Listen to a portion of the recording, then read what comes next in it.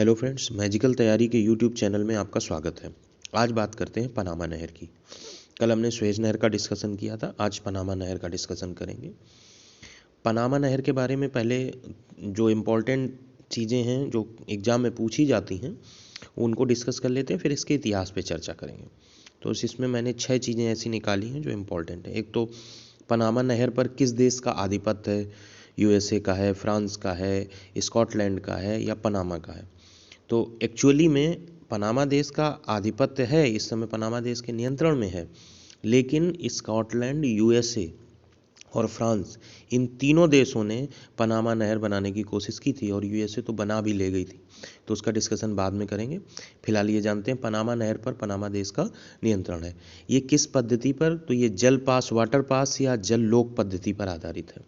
और ये कैरिबियन सागर और प्रशांत महासागर, जब आप नक्शा देखेंगे तो आप देखेंगे कि कैरिबियन सी ऊपर है, फिर ये पनामा नहर है और नीचे जो है प्रशांत महासागर है। तो ये भी पूछा जा सकता है कि जो कैरिबियन सागर और प्रशांत महासागर के बीच में पनामा नहर एग्जिस्ट करती है, उसमें नक्शे के तौर पे कैरिबियन सागर ऊपर है कि नीचे है, ये आपके नक्शे के प्रति समझ को भी चेक कर लेगा।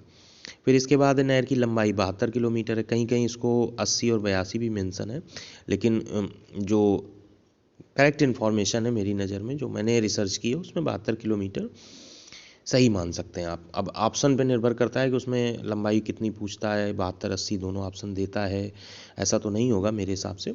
आप 72 को ही करेक्ट मानिए, बाकी अपना खुद भी रिसर्च कर लीजिए। चौड़ाई 90 मीटर है और गहराई 12 मीटर है। इस नहर का निर्माण 14 अगस्त 1914 को पूरा हुआ। अब यहाँ पे ये होता है कि शुरू कब हुआ, अगर मान लो पूछ दे तो याद रखिएगा 1904 को शुरू हुआ, पर्टिकुलर कोई तारीख नहीं है। 1904 में शुरू हुआ, 10 वर्ष लगे थे इसको बनाने में, और इसको बनाने में 8 अरब 60 करोड़ 8 अरब 60 करोड़ डॉलर 8 अरब 60 करोड़ डॉलर खर्च हुए थे। एक तरीके से आप कह सकते हैं 860 करोड़ डॉलर में ये जो है नहर बनी थी, और ये नहर बनवाई यूएसए ने थी, मत भूलिएगा। यह नहर एक मीठे पानी की गाटुन झील से होकर गुजरती है। बिल्कुल, पनामा नहर को American Society of Civil Engineers ने आधुनिक अभियांत्रिकी के 7 आश्चर्यों में स्थान दिया है।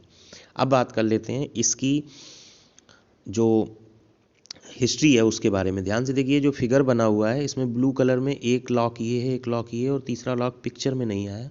ये 3 लॉक्स में बटी हुई है। लॉक्स का मतलब हम एक पर्टिकुलर बाउंड्री लाइन बना दे रहे हैं, उनमें पानी है, जो पूरी नहर है उसको 3 हिस्सों में बांट दे रहे हैं।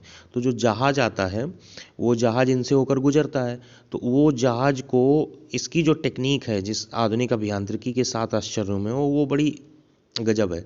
इसमें जब जहाज आता है तो उसको 85 फीट ऊपर उठाया जाता है, 85 फीट। और ये उठता कैसे है? क्योंकि इस लॉक्स में जैसे ही जाता है तो जहाज में पानी भरा जाता है, तो पानी भरने की वजह से ऊपर उठ जाता है। तो ये इम्पॉर्टेंट चीज़ है कि इसकी जो प्रोसेसिंग है, किस तरीके से पार होता है जहाज।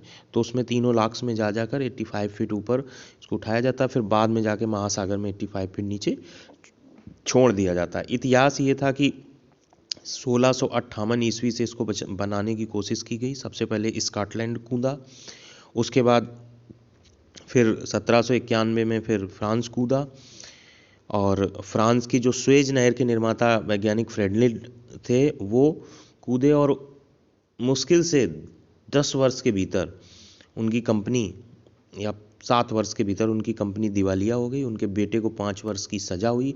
इसी को पनामा स्कैंडल भी कहते हैं। सुएज नहर की जो निर्माता कंपनी थी फ्रांस की, वो आई, तो स्कॉटलैंड पहले आया, फिर फ्रांस आया, फिर 1904 में पनामा नहर को, जो स्पेस था जहाँ पे हर लोग कोशिश कर रहे थे, उसको अपनी राजनीतिक दांवपेच से अमेरिका ने अपने अधिकार क्षेत्र में ले लिया। फिर उस पर निर्माण कार्य कराया, लगभग 860 करोड़ डॉलर रुपए खर्च करके उन्होंने इस नहर का निर्माण कराया।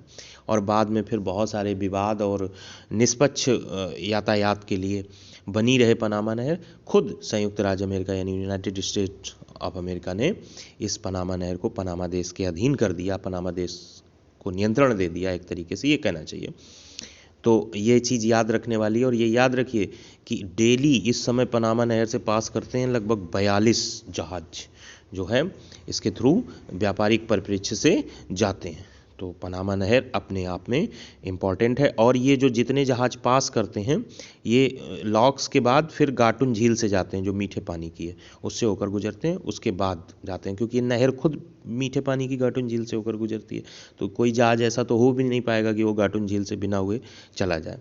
तो गाटुन झील इम्पॉर्टेंट, हाईली, कैरिबियन सागर और प्रशांत महासागर इम्पॉर्टेंट, और बाकी हमने जो इतिहास है वो आपको बता ही दिया। तो नेक्स्ट और भी जो नहरें हैं उनकी चर्चा और जियोग्राफिकल बहुत सारी चीज़ें हैं उनकी भी चर्चा आगे ऐसे ही करेंगे। अगर आपको अच्छा लगा हो तो सब्सक्राइब, कमेंट और शेयर ज़रूर करिएगा ताकि हमारी हौसला अफजाई होती रहे। धन्यवाद।